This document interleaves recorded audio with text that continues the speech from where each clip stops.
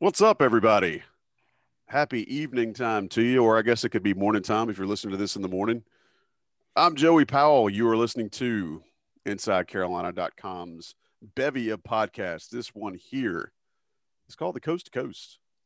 It's called the Coast to Coast because the two men that join me right now are on each side of the country, and they are here to bring you the knowledge that you seek, the wisdom that you crave, and the info that you are longing for. As always, Sherrell, McMillan, Sean Moran. Gentlemen, how you doing? Doing well, Joey. How are you? I'm good, man. Rel, what's good with you? The usual. Regular season's over. Happened quick. I'm surprised they got 25 games in, but excited to see what the postseason looks like. Yeah, shout out to the team for, I don't think they had any COVID issues that were directly resulting to UNC, were they? Other than the Miami one, which I, you can spin that however you want. But yeah. So I think that Miami was the only one that was all right. their kind of their fault, air quotations. Yeah, so shout out to everybody around the program, much like football, who really just handled this to the best of their ability, it seems, from the outside, knowing that they were dealing with just so many moving parts and just such an unprecedented, which, by the way, what a great year for the word unprecedented. Like, I wish I'd have bought stock in the word unprecedented because it's, man, Zoom and Netflix and probably weed and alcohol like back in last March, and then the word unprecedented. If you could have bought stock in all of those, man, you'd be rolling right now. All right, I digress. Getting to tonight's episode, we're glad you guys are joining us. If you're listening on whatever podcast platform you're listening on, take a second, subscribe, rate, and review us. We would really appreciate it. I will pause, allow you to press pause and review. All right. We appreciate that. Give us that rating. That review really helps us as far as how these podcast platforms rank, and then how they also, kick out ads and how we show up in searches. So thanks for doing that. We appreciate you being here. If you're watching on YouTube, then you will recognize that Sherrell is double jump man tonight. Sean is in his, as usual, Secret Service, very understated attire, but we appreciate you guys being here, regardless of what platform you're consuming this content. And one last thing before we get rolling, I want to give a shout out to Johnny T-Shirt, johnnyt-shirt.com, your home for all things Tar Heels, any gear that you want for any sport that you want for any part of your home or wardrobe. Johnny T-Shirt is it. Inside Carolina, premium subscribers get the extra 10 off the top. So make sure you take advantage of Johnny T-Shirt. You can either stop by the store on Franklin Street or hit them up online. They've got quick shipping, amazing selection, unbelievable prices. The three of us are all huge proponents of Johnny T-Shirt and what they bring to the local commerce community, and we hope that you will be as well. JohnnyT-shirt.com. Hit them up. Locally owned, alumni operated. Fellas, before we talk about this current iteration and their twilight of these Tar Heels, let's talk about one little nuance that you guys mentioned before we started recording tonight about a Tar Heel commit. Or I guess he's a signee now. I'll get my nomenclature right. D'Marco Dunn. And with all of the what have you and suspicion and supposition about who's going to be back and who's going to be on the Tar Heel roster next year, Sherrell, you've got a little bit of a nugget about how D'Marco Dunn is training right now and what position he may play when he arrives in Chapel Hill. Yeah, so last week we talked to him trying to get up with both of the signees, him and Dontre Styles. Now that their seasons are over, they're kind of preparing for UNC. There's no more games. There's no all-star games or anything. So next stop for them is Carolina in June. And in talking to him, he mentioned that he's been doing a lot of work on and off the ball. And I said, oh, okay. It kind of piqued my interest a little bit. I was like, oh, on and off the ball. So, what are they saying? He was like, well, they're saying, I can come in and, I can find my spot and, it could be at 1 or 2 or 3. Now, granted, you hear that a lot in recruiting.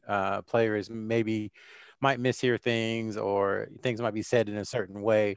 But oftentimes, we kind of know what positions are going to be slotted as. And so Dunn, we've been kind of told that he was a 2 and, could even be a 3 in some 3-guard lineups. However, with Dunn saying that, it made me go back to what Roy Williams said, and it kind of what he said back in November when, the signees are announced. He said, I'm going to read. This is a segment we call reading. D'Marco is a perimeter player who could be a 1, 2, or 3. We don't know yet. He can really shoot the basketball and has a tremendous work ethic. He's going to pass a lot of people by who have better quote unquote ratings because of his work ethic. So there it is. Roy Williams saying that he could play the 1, the 2, or the 3. And then 4 months later, D'Marco Dunn saying he's training to play on and off the ball. So in thinking about, like you said, how the roster might look next year, I don't know this for sure. This is not inside information, but it's like maybe Dunn is a contingency plan for them to play some 1 and to play some 2 or play some combo. So maybe that goes into their thinking as they attack the offseason. So I wanted to ask Sean what he thought about Dunn's potential as a, even a part-time 1 at Carolina. Well, I think it's definitely good that he is training for that. Once again, I think expanding your skill set, especially going into your freshman year, will hopefully pay off in the long run. I would say if I was a betting man or had to put any money down, I would bet that we would not be seeing D'Marco Dunn running too much of the point guard position, at least next year. I think, right now he does have a very good offhand. So his left-hand dribble, I think is very good for a guard, but I don't think you're going to see him pushing the ball up the court and making decisions on the fast break. Right now his main skill is shooting the ball, and he has length on defense for the wing spot. And I think that's where we'll see him next year. But at the same time, if Caleb Love is to go, if Caleb Love is in the picture next year, if there's no transfer coming in, it's pretty much RJ Davis at the point guard, maybe a little bit with Anna Harris. And, how comfortable are you with that for the full season? So perhaps you are able to see him as a secondary ball handler at times, but I still think we'll primarily be seeing him at the wing next year. But once again, I think he's working on some of the areas that could be improvement points. So that's good to hear in the long run. And the staff has shown their willingness to put Leaky Black back there for a bandage if necessary. So throw him into the mix as well. That's good insight, guys, and I appreciate it. And want to caveat too with our listeners. I mean, we still have no idea who's going to be on this roster. And Sherrell, you shared something on the radio show on Inside Carolina Live with yours truly and Tommy Ashley on Saturday morning that I think is really paramount for our listeners and viewers to understand. And that's this year is unprecedented with how many folks are going to be involved with coming or going. And there's a lot of things at play there. The one-time transfer exemption rule, the super senior rule, whatever you want to call it. And then also, knowing that a lot of these guys just did not get the normal UNC experience this past year, and that may weigh into things. So do you want to throw anything else out there, Sherrell, for the listening audience? I mean, again, we don't know anything. We're just trying to make sure folks understand that this is a large, muddled picture that will not come into any real clarity for quite some time. Yeah, it's just a perfect situation for roster churn, not just at North Carolina, but really every school. Mm-hmm. As Joey mentioned, there's the one-time transfer exemption, which is expected to be passed, which basically says that players can transfer to a school without having to sit out a year like they typically have for forever. So there's that. Then there's the super senior rule, in that everybody, this basically is a free year. So, for example, RJ Davis, he's a freshman this year. Technically, he will be a freshman again next year, even though it will be his second year. So nobody loses a year of eligibility at all this year. So there's that. And the funny part about that is that the NCAA hasn't given guidance or is unwilling to provide any financing for said scholarships. So there will be schools who have guys who maybe want to come back, but they can only have they can only really pay for 13 scholarships kind of out of their budget. They don't have it for 15 or 16. So that's going to cause either freshmen or likely seniors to be displaced. And then you have guys who committed during the pandemic without visiting a school or signed with the school without visiting. And I'm sure they're going to have second thoughts about, is this really where I want to go? Especially if school X that I really liked now has a scholarship open. And then you're going to have guys who want to transfer home, or guys who just maybe it's more important to be near their family. So you add all of that stuff up, and you're going to see an offseason, really unlike one that's ever happened in college basketball, with the availability of players, the super seniors, the transfers, just a lot of roster churn. And I don't think it'd be naive to think that North Carolina won't be impacted in some way by that. So I think it's just up in the air, and it's going to take some time, to figure it out. Usually within a week or two, you kind of know who's likely to go, who's likely to stay. I think that could take some time into the spring this year. And I'm glad you mentioned that too, with the transfer market. It works both ways. If the Tar Heels have some guys leave this program that maybe fans weren't expecting or even the staff weren't expecting, there will be an opportunity to go shopping, for lack of a better term, in that pool of potential additions. So guys that may be coming from other programs or are looking to move home. And I'm sure those conversations are already happening in some places, but it won't be the end of the Tar Heel basketball program, but it will be an off season and kind of the silly season like nobody's really expected before. Sean, you got anything you want to add into that, or any insight, or do you have any sage wisdom about how fans can exercise some patience?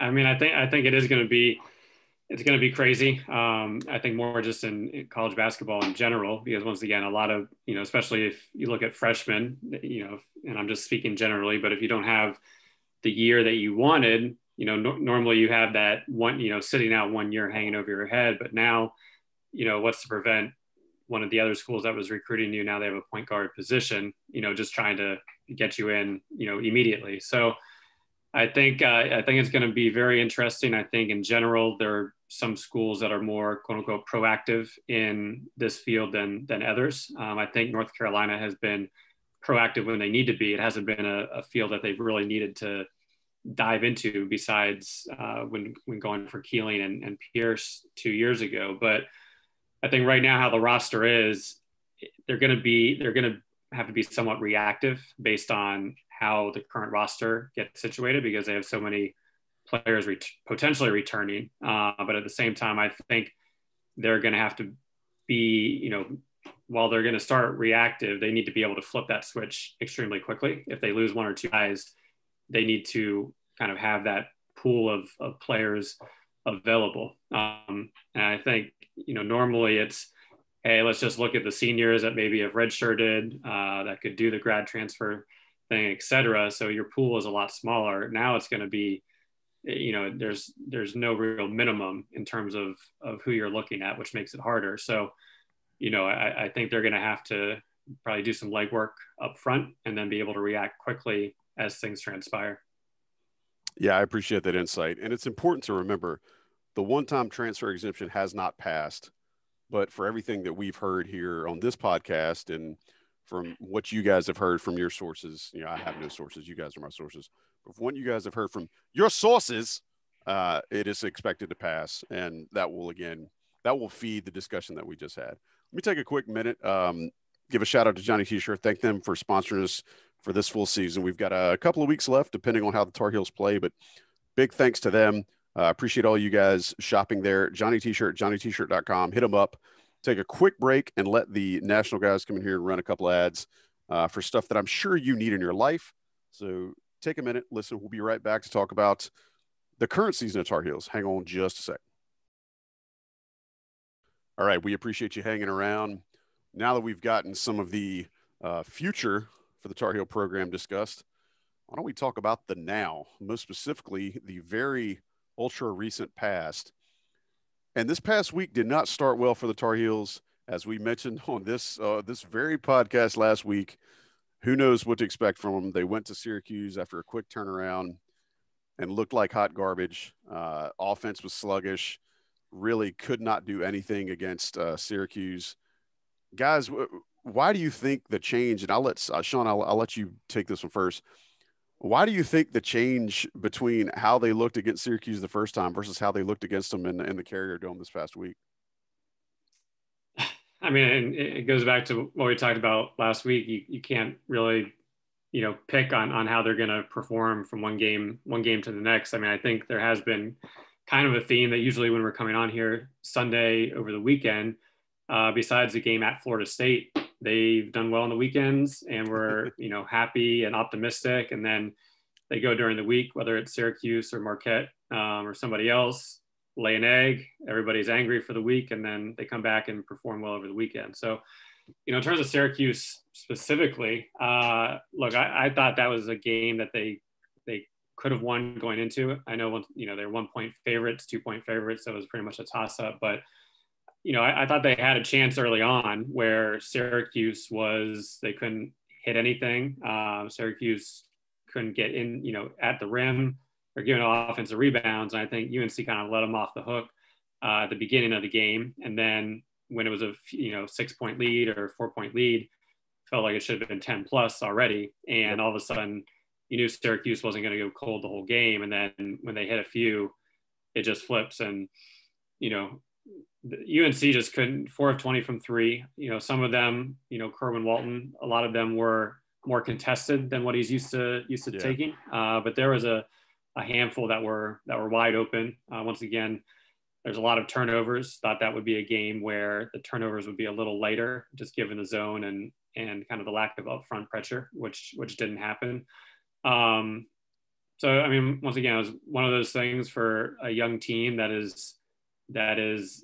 Once again, it was kind of a question: will they make the tournament up until either the Duke game or really the Florida State game? So it's not a team that is going to be a top 5 seed that you definitely expect to win one of those games. But at the same time, similar to Marquette, they're able to bounce back and get a big win instead of going 0-2 in said week.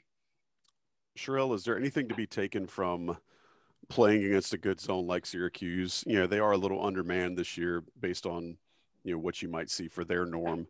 Is there anything to be taken from this team to see a zone? Because obviously they carried it into the game against Duke on Saturday night, and Duke's zone is not in the same league as Syracuse's zone. Is there anything that the Tar Heels may have taken from that to help them against Duke? Yeah, I don't really think so. I think it's just a matter of Kerwin Walton hit his shots against Duke, and he didn't hit him against Syracuse. To me, it's not much. It's pretty simple. When he's making shots, they are good to, average to very good on offense. And when he's not, they're bad to average on offense. It's just, he sways them in either direction. And that is a ton of pressure to put on a freshman shooter, but that's kind of where the team is at. I mean, I'm sure we can go back and look at, when he makes three or more threes, where the record is, but I'd imagine it's pretty high because I don't mean to go back to what we were talking about in the preseason, but it's the same thing. It's like all they have to do is be semi-competent from 3, just even below average is good enough. They just can't be, as bad as any team in Carolina history. And going into Sunday, they were tied with last year's team at 30.4% is the worst 3-point shooting team in Carolina history. So to be good, they just have to be a little bit better than bad, if that makes any sense. And usually that happens when Kerwin Walton, makes 2 or 3 threes. That just opens everything up. So to me, that's the only thing to take from the Syracuse game is that if Walton is off, I don't know that they can beat good teams. Yeah, I think that's a really good distillation of this team kind of in a nutshell. If you can nail them down. And like you said, we have talked about that all year is, can this team be competent from the perimeter? And we've talked about it here a bunch, but I know Tommy and I brought it up on the show Saturday. I think he mentioned on the postgame pod.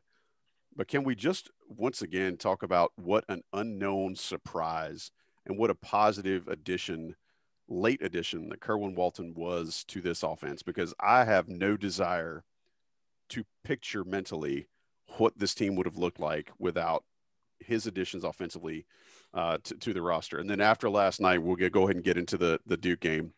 After last night, he officially became the record holder for best 3-point percentage for a UNC freshman, correct? I haven't looked that up. I think so. I think I saw that floating around on Twitter last night. Okay. I didn't pull that out of thin air. I wish I had the I wish I had the stat nearby, but here we go. Adrian Atkinson, our guy, who, by the way, shout out to him for that rundown he did of the top 10 single performances for North Carolina against Duke. I think he was the one that dropped it out last night. But Kerwin Walton officially joins the club of having freshmen that had 50 plus 3-pointers made in his first year. But then again, somewhere on Twitter last night, he did share that Kerwin was now with the minimum, I think, of 50 makes, leads the Tar Heel records of 3-point percentage. Okay, so I'm really ham-fisted trying to get that out, but you see what I'm trying to say there. So shout out to Kerwin Walton. Do we want to talk about what this team would have looked like without him, Sean? No. Hard pass. Sherrell?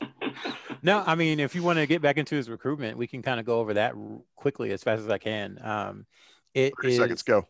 Okay, it was a situation where North Carolina wanted additional shooting. They had just signed, or Puff Johnson had just committed. It was kind of, we thought, one or two of them, like first come, first serve kind of deal. And Puff Johnson signs and commits, and we think it's over. We think that Kerwin Walton's going to end up at Vanderbilt or Texas or Minnesota or one of those schools. And Roy Williams just kind of, stayed with him through the signing period, and Walton didn't sign anywhere else, which was kind of a first clue that he was really interested in North Carolina, because all the other schools he could have signed at.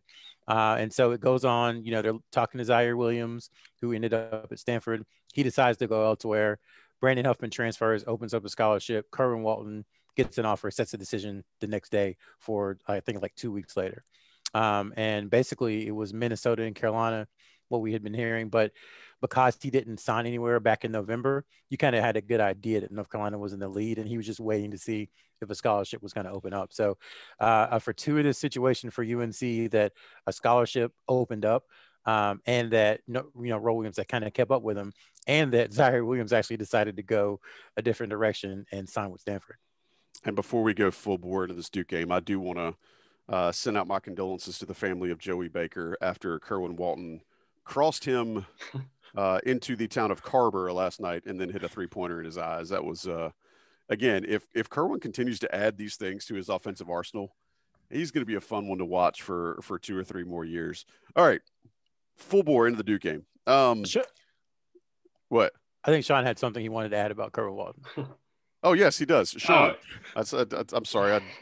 Man, we're all over the place. Well, I passed on the first opportunity. But I think, in terms of Walton, he was an interesting case, low, 90s, 100s in the rankings. And you looked at his stats, at the time, Synergy had a lot of the Adidas and Nike AU stats. And, he was in the 98th, 99th percentile for efficiency. So his numbers jumped off the chart, which I think we talked about a few times, and you knew he was a shooter. But I think that's one of those things about just watching highlights and a game here or there versus, watching a lot of his games in person, is you just didn't realize how great he was at shooting. I mean, now when you watch him, you expect pretty much every time he lets it fly, where he has a little bit of time, that it's going to go in. I think yesterday was really important, even though Duke didn't really challenge UNC in the game. The threes he hit kind of stopped a few runs, I thought. And then even before, he shot 43% in ACC play, but going into the Duke game, he was 5 of 24. Obviously, the Syracuse game didn't help. And it kind of felt like those 3 games, he's like, hey, I can hit almost anything. I'm going to look for my shot a little bit more. And with that, some of the shots seemed to be a little bit harder, or maybe a little bit quicker, which is why when he did the move on Joey Baker, that's not something you expected to see, because normally it's the kind of the set shot and he has his feet under him. And here it was, right off the dribble, and it wasn't a step back or a sidestep, something like that. So if he's able to add that, I mean, going forward, that will be a huge addition. But once again, he was a guy that, it was a great to have on, but definitely didn't expect anything like this. He seems so under control when you watch him shoot.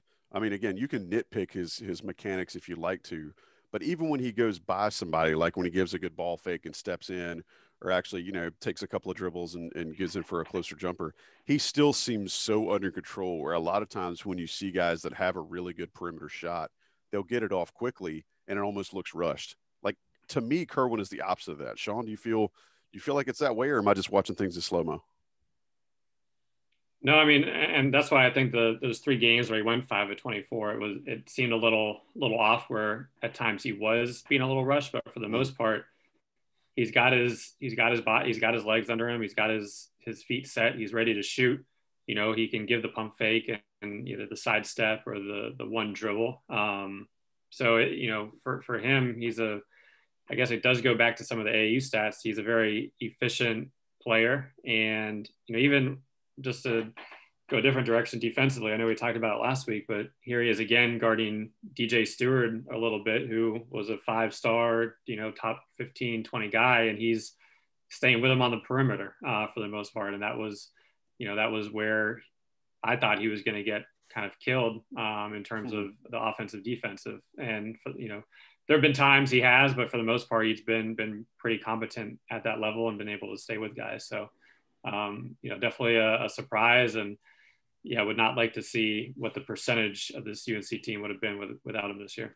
And I want to reiterate, you guys were the ones, and I think it actually may have been Sherrell. So if I'm giving credit to the wrong person, we talked about it here on this podcast that he will break every single UNC 3-point record based on the trajectory that he got started this year if he can stay healthy. He's got 249 to break Marcus Page's career record. 249 to go.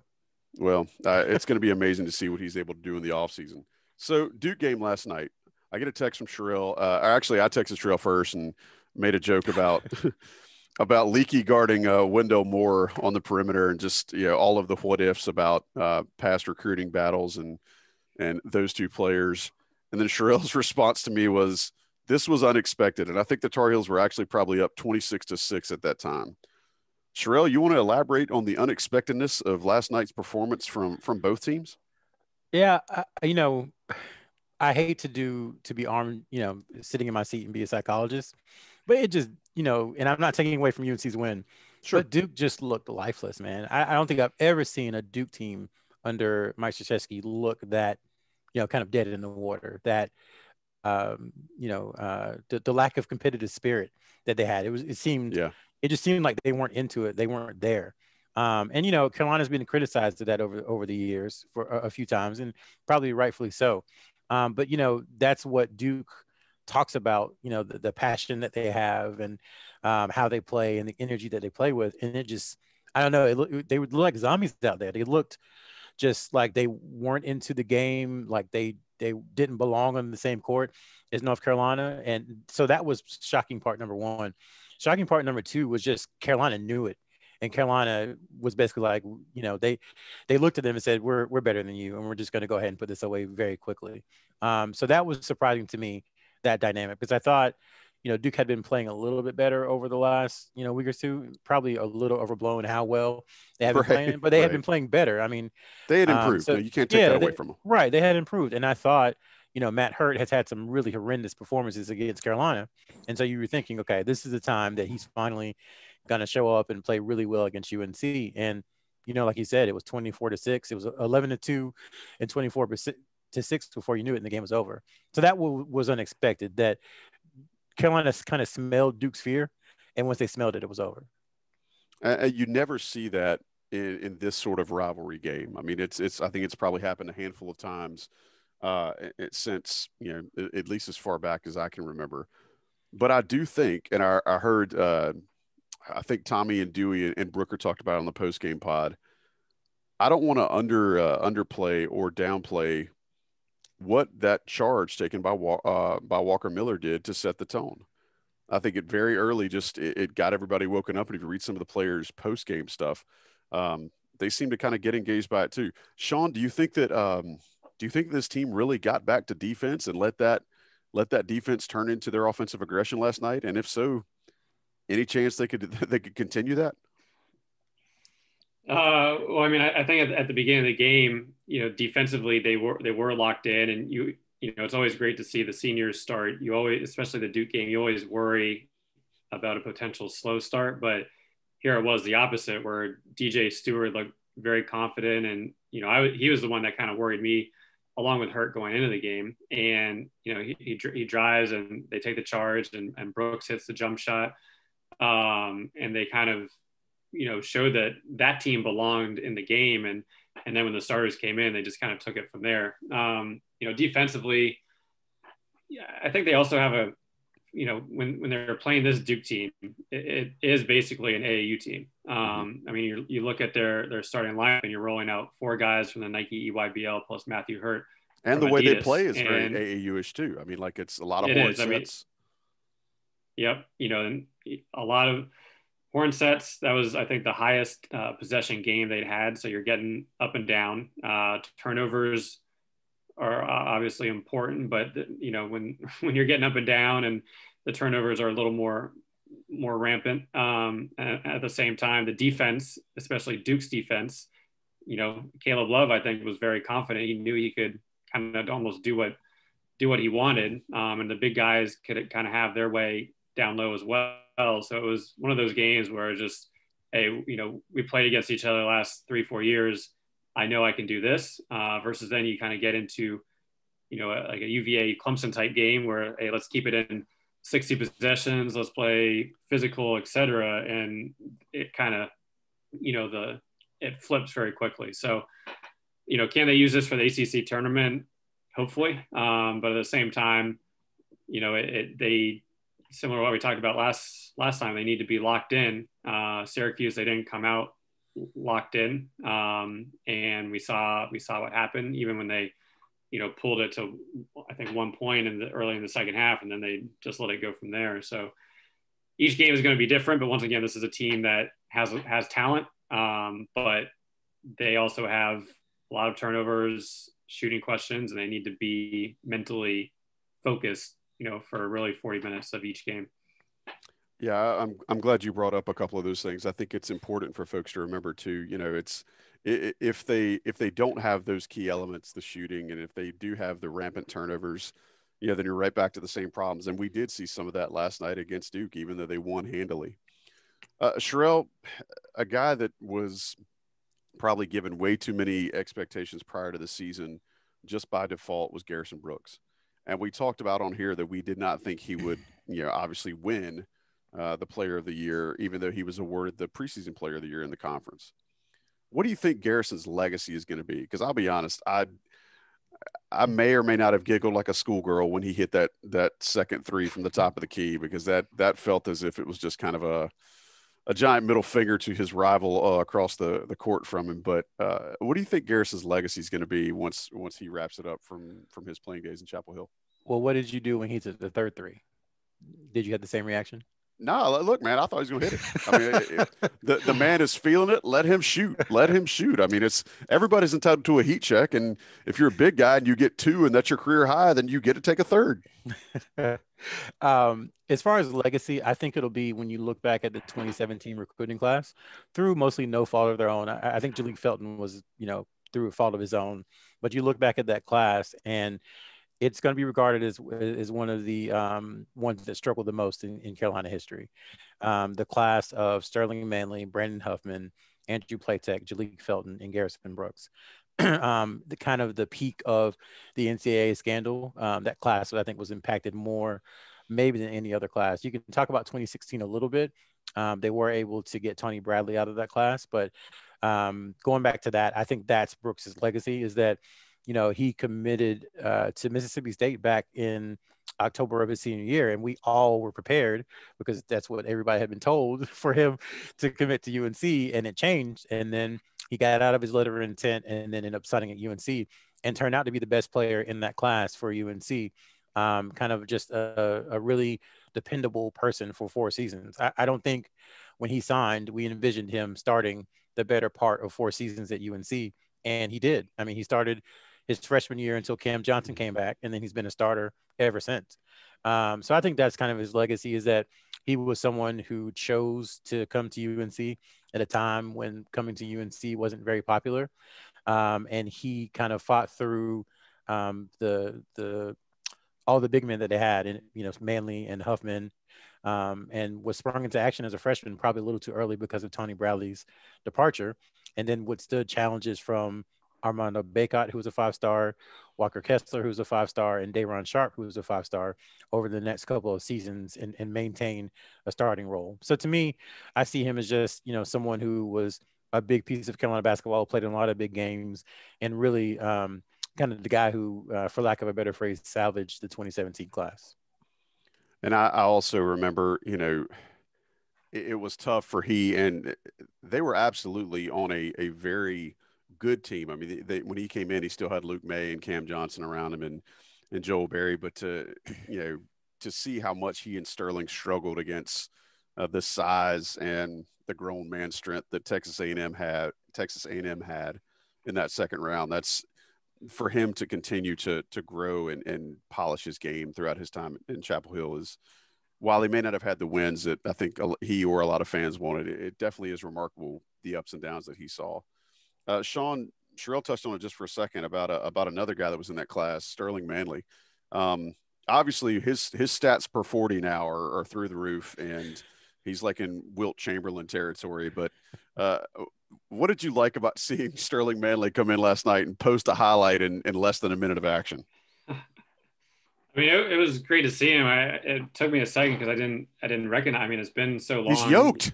I mean, it looks just so different, and but it was great to see him get in and do what he did in just that 1 minute of action. But I mean, you go back to his freshman year, and I was talking about this earlier with my friend, and you forget like how much time has elapsed since you've really seen him. And I remember being.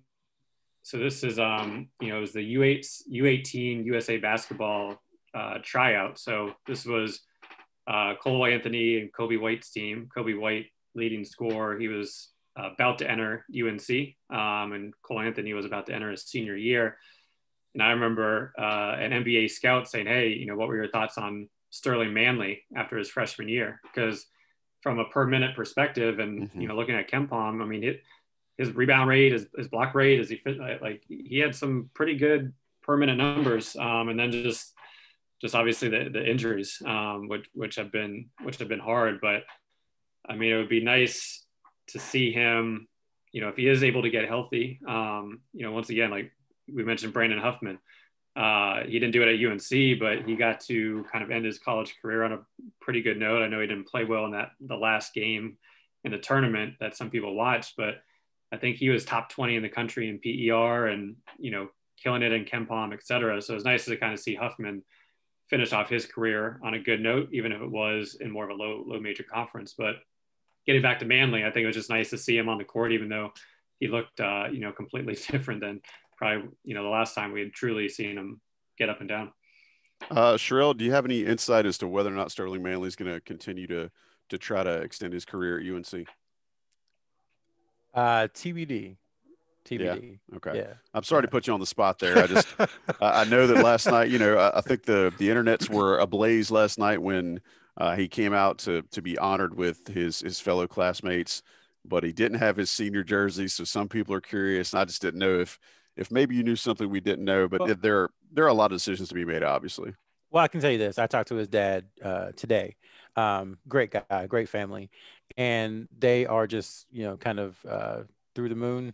I might have used the wrong phrase, but they are very excited that he was able to do that because they've seen firsthand kind of the hard work. I mean, God, yes. Back during the pandemic, when it first started, he was home, and I think, they just saw a change in him as far as how much he worked out and how determined he was to get back on the basketball court, whether it was in practice, whether it was as a reserve or a starter, whatever. He just wanted to play again. And I think people don't realize how close that was to not happening, even for 1 minute against Duke. So they're thrilled. They're very excited that he's going to have a degree from a prestigious institution, and that he's got the Carolina network to help him, in the rest of his life moving forward. So all those advantages that come with being a Carolina basketball player, he's still going to get. It didn't go how he wanted it to go on the court, but they're just thrilled with the experience and thrilled, frankly, that Roy Williams stuck with him, because there are a lot of coaches who would have, gently encouraged them to go elsewhere. And I think they're cognizant of that and they understand that. And, I think they've had a good experience despite all the injuries. I tweeted last night, and this wasn't exaggeration, I legitimately got real chill bumps when I saw him get in and have the two plays that he was able to make. Because like you said, I don't have the insight that you guys have, but I do know some things, and knowing how close he was to shutting it down so many times based on medical advice and just long-term prognosis. It was really, really refreshing. And I think that that's something that I hope our listeners and viewers can take away from just how pure being a sports fan can be at times, is being able to watch a kid like that go through what he's gone through for the past 2 years, get out on the court against a rival, and have a highlight on both ends in less than a minute. I mean, that's the juice that we all look for when we watch sports anyway. So, yeah, I'm glad you mentioned. One thing real quick, when Sherrell was talking, I was looking at his stats, and freshman year he had a 7% block rate, which would have put him number 6 in the ACC this year. But with his 2 games and basically minute it had him at 100, 109%. His points per 40 and prevented, like I saw that stat, and it was obviously it was a joke and it was hyperbole, but it was really hilarious to read. Who else can say they did not miss a single shot in a regular season? Yes. For an entire season, Sterling Manley did not miss a shot. Shot 100% for the year. Had averaging a block per minute. I mean, that's like Kareem, Wilt, Bill Russell all rolled up into one. Right. I will confess, personally, I would love to see him come back, and I would love to see if the health allowed for him to play, because I just want to make comments on our group chat about how yoked he is every time a game starts, because much respect to that man for what he's been able to put in to get his body into the shape that it's in, because it's freakish right now. I think he has a future in sports entertainment if he wanted. Absolutely. You don't see a lot of guys with that frame that's done what he's been able to do while rehabbing from injury. All right, guys, I'll give you each one shot to take a stab at the Duke game from last night before we kick off into some – or not kickoff. This is a different sport. Before we head off into some ACC tournament quick preview and put a bow on it for tonight. Sean, anything else you want to mention from last night's big win against Duke? I think we'll talk about Caleb Love for a second. I know everybody kind of talked about his 2 games against Duke, and I think on the year he's only had 3 or 4 games where his offensive rating has been over 100, and 2 of those have come against Duke. So obviously there's a familiarity. He still has some, more turnovers than you would like. I think maybe 1 or 2 might not have been his direct fault, but at the same time, you felt, in Duke's pressing, you felt comfortable with the ball in his hands. And I think the 3-point shooting has been a nightmare in general, but he was able to hit some early on, and I think he's been able to get the confidence. He has the range. It's just, can he knock him down? And I think, once again, who knows what happens with next year, but I despite the frustrations and despite the turnovers, Syracuse, et cetera, I still think he's been trending up. And then, it's nice to see Armando. I thought Armando had a really strong game offensively, and for the most part, he's been one of the steady players really throughout the season that hasn't got talked about as much. But he's been, he's kind of made that freshman to sophomore year leap that everybody was hoping for, and he's been very strong. But overall, it was not expecting that 26-6 opening, and the fact that even though there were runs made, it never really got under double digits, because even when UNC was struggling or turning the ball over, here's Kerwin with a big 3, or here's Kessler with a hook, here's a block shot. So, it was fun to see, and everybody for the most part got playing time and made an impact. Yeah, Armando's been really nice when he's gotten regular involvement early in games and has not had to worry about foul trouble. I'm with you on that. And Sherrell, yeah. I know you probably feel a little bit like Sean does. Do we need to just lie to Caleb Love for the rest of the season and tell him that he's playing Duke every night? It's so funny you said that. Yeah, that's exactly what needs to happen. They need to just pretend like Photoshop blue onto whoever they're playing in the scouting report. Give him a different scouting report. Make him think it's Jeremy Roach every single time, and he's going to go out there and have 18. So just pretend that. My things are I want to see more Walker Kessler. I know he's not playing a ton of minutes right now, but I think just the impact he has offensively and defensively, just because of that wingspan, is huge for North Carolina. And I just want to see him get more minutes. Right now, he's played 20% or right at 20% of UNC's available minutes this year. And Day'Ron Sharp has played, I think, 48% of the available minutes. So he's able to rank in Ken Palm stats. Day'Ron Sharp is number 1 in the country with an 18.7% offensive rebound rate. Walker Kessler's is 19.1. So if Walker Kessler, had the amount of minutes to qualify, he would be, one of, if not the number 1 offensive rebounder in the country. Day'Ron Sharp is already number 1, and then Armando Bacot is top 40. So there's those 4 guys on the boards, man. They're playing really, really well. Obviously, North Carolina's missed a lot of shots, so there's more offensive rebounds. But still, I mean, those guys have an impact. And I just want Kessler. I need to see more of him on the court, because I think he's such a positive for the team, has been over this 5 or 6 game stretch and will be moving forward.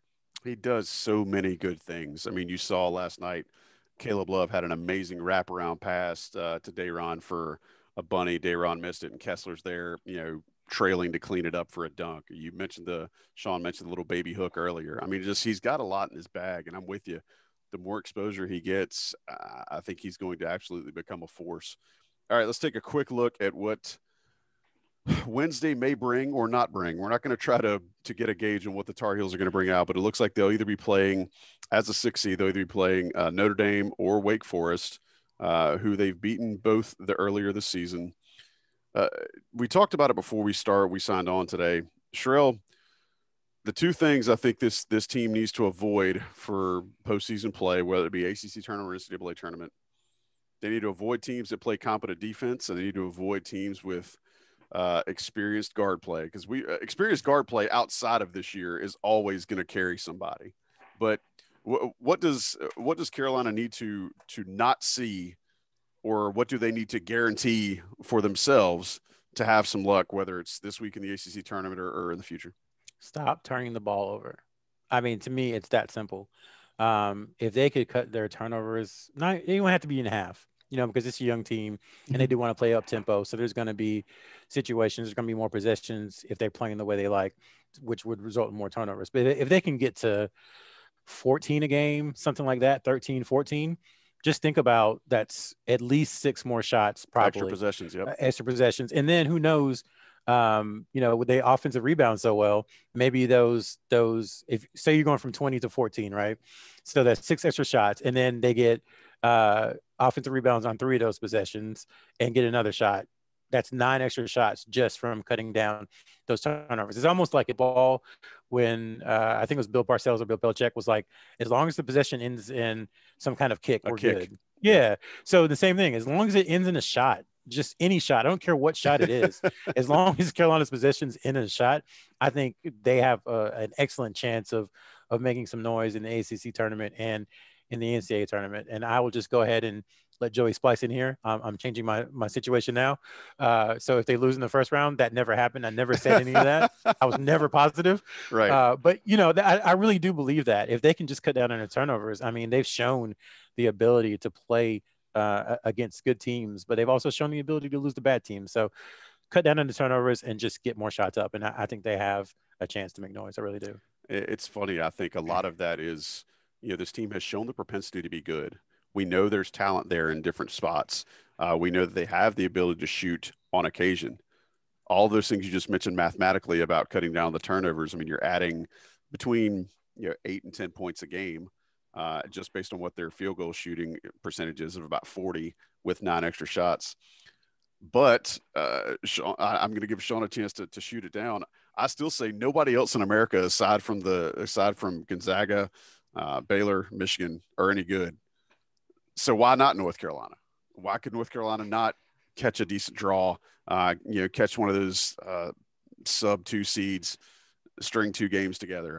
Why not? Sean, tell me why I'm stupid and probably huffing meth right now. Well, if we're going to jump ahead to seeding, I think if they get who knows what's going to happen. If they get an 8-9 matchup, they're probably not making it out of that first weekend, right? Because I think there are, your Gonzaga, your Baylor, your Michigan, Illinois, for the most part, those are 2 really good teams, and then 2 teams, I think then the Big Ten teams who are still pretty good, but a notch below. If you get on the 2 seed, I mean, then, you're talking Houston, Alabama. I mean, all those teams are very beatable by anybody. So obviously there's a gap, but I think there could be a big difference between if they're kind of in that 7-10 game versus 8-9 game. That once again, they could easily lose in the first round of the ACC tournament, first round of the NCAA tournament, and the season's over. But at the same time, you always want to have some, a little hope. And I think could be some in potential 7-10 matchup because once again, offensive rebounding is what differentiates them. They've had teams that have cut that off and they've struggled. Actually, Duke, I thought, did a very good job in the second half. It just didn't matter because UNC was making shots. But they have, that's their, carrying card for the year is offensive rebounding. They have size and they do have individual talent. So they can match up with pretty much, I think, anybody. But once again, we've seen how that has gone, whether it's Marquette or other teams. But I'm not going to shoot you down. But I do think, next Sunday is going to be important in terms of, is it a one game or could there be a second weekend in the cards? Well, and that's, I think everything you just laid out is probably safe. We strongly advise against folks who listen to or view this podcast placing any stock in this Tar Heel team whatsoever. Just be happy if they're able to win.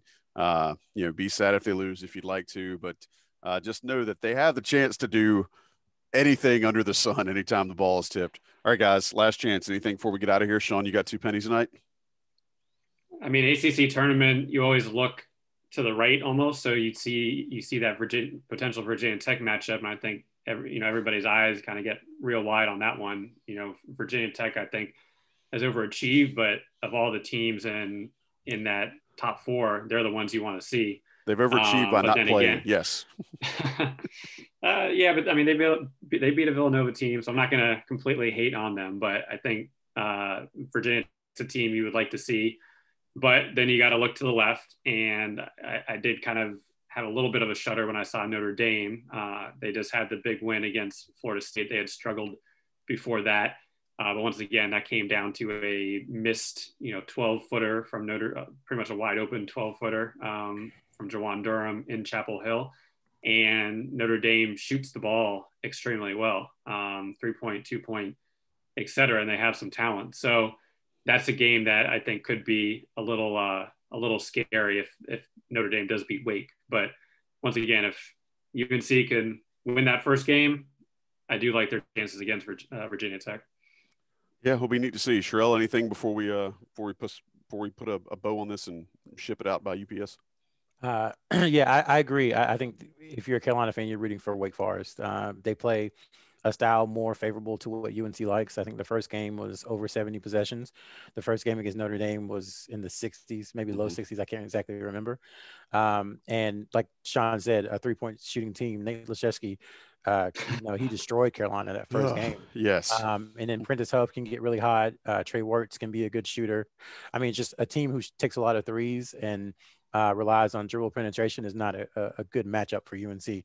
So if you're a Carolina fan, you're hoping for Wake Forest to win. That's number 1. And then number 2, I think it's patently ridiculous, if I can use my Stephen A voice, that Virginia Tech is still number 3 seed despite missing so many games. I mean, I think the ACC, hopefully there's never a pandemic ever again like this, but they need to have some kind of contingency plan that reseeds or does whatever it needs to do, because I don't know, you missed that many games. I just don't think you should be rewarded into a double bye for a variety of reasons. I know we're objective on here, but I hope whomever, and I hope it's Carolina, but I hope whomever plays Virginia Tech beats them pretty well, because it's just, I think it's really, really unfair how that played out, that Virginia Tech is kind of protected by not playing.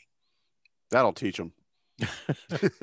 I'm with you, man. I had a lot of beef about Ohio State getting gifted the consideration that they were given due to only playing 6 games this year. I was the same way with most of the Big Ten in football, but I'm kind of with you with Virginia Tech. I don't wish ill on them, and I'm glad that they're healthy if they are healthy. But yeah, they definitely caught some breaks in who they played and who they avoided playing this year. So I don't know. We'll see. I mean, you get a chance to tip the ball against them. If North Carolina can beat either Wake Forest or Notre Dame, they'll get a chance to prove it, I guess. And as always, you guys have proven yourselves worthy compatriots on this here episode of Coast to Coast Podcast.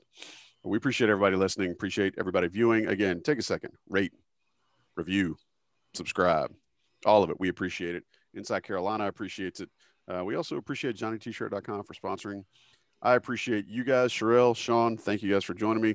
Hey, we'll do it again next week, and who knows? We'll probably have an ACC champion. Who knows who that'll be?